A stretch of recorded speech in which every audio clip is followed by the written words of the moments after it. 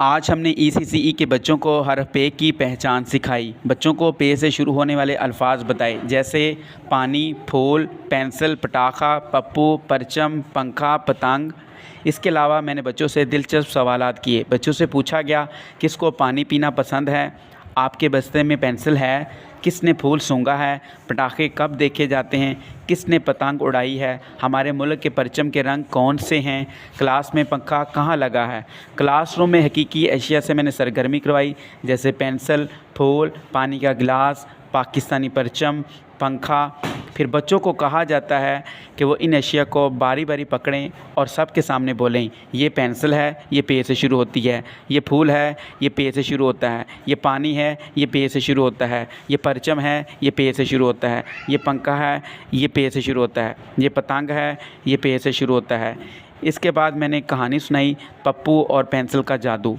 Pappu classroom में बैठा था, इसके पास एक नई पेंसिल थी। अचानक पेंसिल बोली, हाय पप्पू, मैं पे से शुरू होती हूँ। फिर एक फूल खुशबू देते हुए बोला, मैं भी पे से हूँ, मुझे सूंघ कर तो देखो।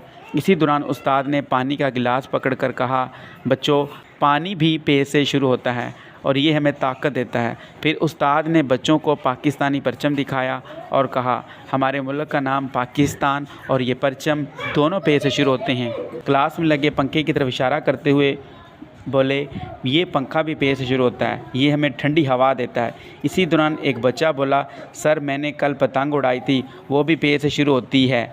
पप्पू खुश होकर बोला, वाह, मेरे पास तो इतने दोस्त हैं जो सब पे से शुरू होती हैं। सब बच्चे मिलकर बोले, पे से पांडा, पे से पेंसिल, पानी, फूल, परचम, पंखा और पतंग।